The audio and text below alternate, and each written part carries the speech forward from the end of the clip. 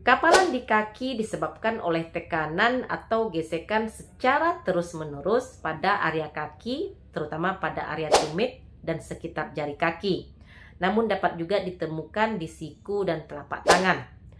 Kapalan ditandai dengan kulit yang mengeras, menebal, dan bertekstur kasar.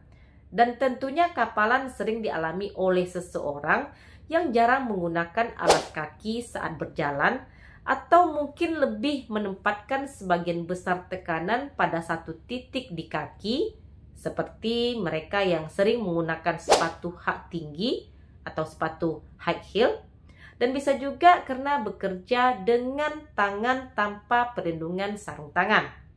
Jadi sebenarnya kapalan ini terbentuk sebagai reaksi alami tubuh untuk melindungi kaki atau tangan dari iritasi.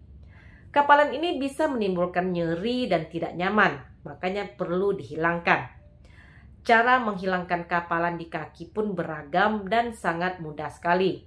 Teman-teman bisa menghindari penyebabnya.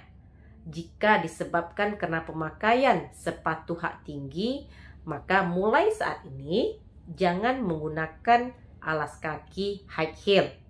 Jika karena bekerja keras menggunakan tangan, maka gunakanlah pengaman yaitu sarung tangan. Nanti beransur-ansur kapalannya akan mulai hilang. Namun begitu, teman-teman dapat menghilangkan kapalan di kaki dengan cepat hanya di rumah saja dengan beberapa cara tanpa perlu repot-repot pergi ke layanan pedikur yang ada di mall atau pusat perbelanjaan. Kapalan dapat dihilangkan dengan bahan-bahan alami yang mudah ditemukan di rumah. Mulai dari air hangat, krim pelembab, sampai batu apung. Berikut ada beberapa cara untuk menghilangkan kapalan hanya di rumah saja. Pertama adalah merendam bagian kapalan ke dalam air hangat.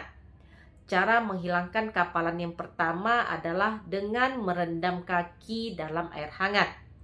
Cara ini mampu membantu melunakkan penumpukan kaki yang mengeras atau menebal sehingga lebih mudah dibersihkan.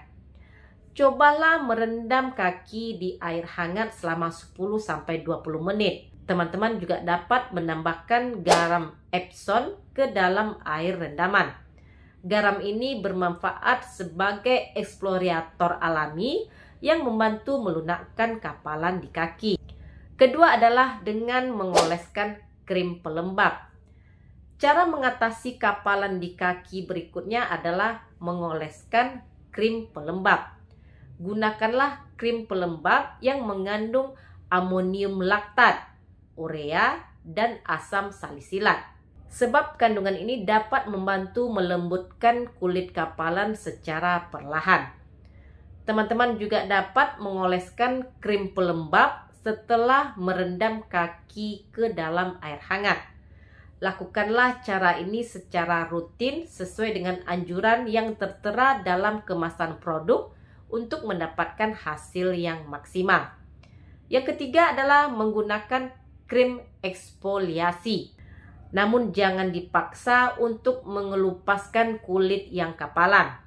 Teman-teman dapat menggunakan krim ini untuk meluruhkan sel-sel kulit mati yang menumpuk dan menebal pada area kaki. Cara ini akan membantu pengelupasan kulit secara perlahan sehingga kaki bisa halus kembali. Cara menghilangkan kapalan di kaki juga bisa dilakukan dengan menggunakan masker khusus kaki. Ada berbagai sheet mask yang berfungsi melembutkan permukaan kulit dengan melakukan pengelupasan sel kulit mati. Selain itu, teman-teman juga bisa menggunakan zat eksfoliasi yang mengandung urea. Urea memiliki sifat melembabkan dan keratolitik, yaitu meluruhkan sel-sel kulit keratin yang mati. Yang keempat adalah menggunakan batu apung. Menggunakan batu apung adalah cara alami menghilangkan kapalan di kaki yang dapat dicoba. Teman-teman dapat menggosokkan batu apung di area kulit yang kapalan setelah merendamnya di dalam air hangat. Lakukan cara ini dengan cara perlahan dengan gerakan memutar. Namun hindari menggosoknya terlalu keras untuk mencegah luka dan juga infeksi. Setelahnya bilas kaki dengan bersih dan oleskan krim pelembab. Namun cara ini tidak disarankan untuk penderita diabetes karena rentan menyebabkan luka atau berdarah. Berikutnya adalah menggunakan plester atau gel penghilang kapalan. Cara menghilangkan kapalan di kaki selanjutnya adalah dengan menggunakan plester atau gel penghilang kapalan yang mengandung asam salisilat. Pengobatan ini diberikan sesuai dengan anjuran dari dokter.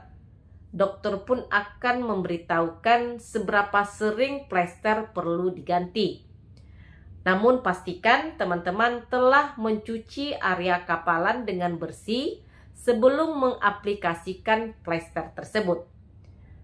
Yang keenam adalah menjalani prosedur mengikis kapalan. Langkah medis yang dapat digunakan untuk menghilangkan kapalan adalah menjalani prosedur mengikis kapalan. Prosedur ini dilakukan dengan menghilangkan kulit yang menebal dengan pisau bedah. Prosedur ini hanya bisa dilakukan dengan bantuan tim medis profesional. Dan tentunya hindari mencobanya sendiri di rumah karena dapat menyebabkan resiko infeksi apabila tidak dilakukan secara tepat. Selanjutnya adalah tindakan operasi. Dokter akan menyarankan prosedur operasi apabila ditemukan kelainan pada struktur dan bentuk kaki yang menyebabkan tumbuhnya kapalan secara berulang. Prosedur ini biasanya melibatkan perbaikan atau pengangkatan struktur tulang.